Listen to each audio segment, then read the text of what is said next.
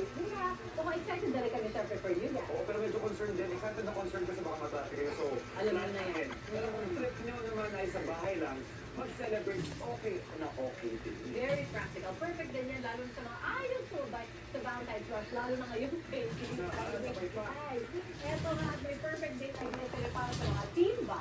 Unahin natin siyempre ang pagkain. Nauuso to ngayon pero pwede na rin subukan sa bahay.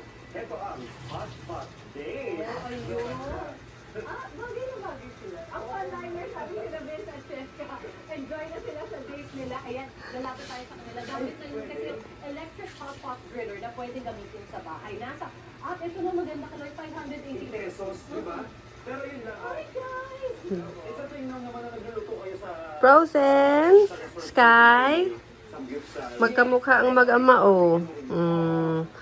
Si Sky ang pinakakamukha ni Papa Frozen niya. Gusto nyo at libre na mga pwedeng Para kayong pinagbiyak na bunga.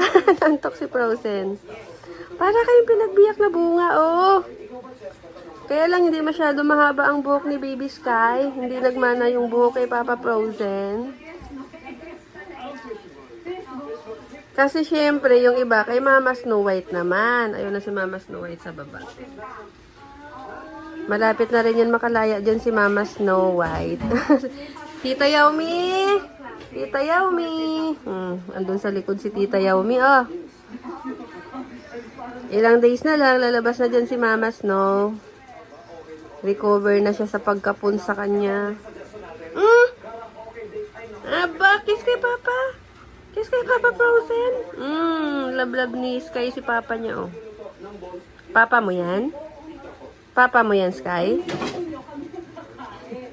Bagay naman yan sa couple na pagkanta. Okay. Bye-bye po. Bye-bye na.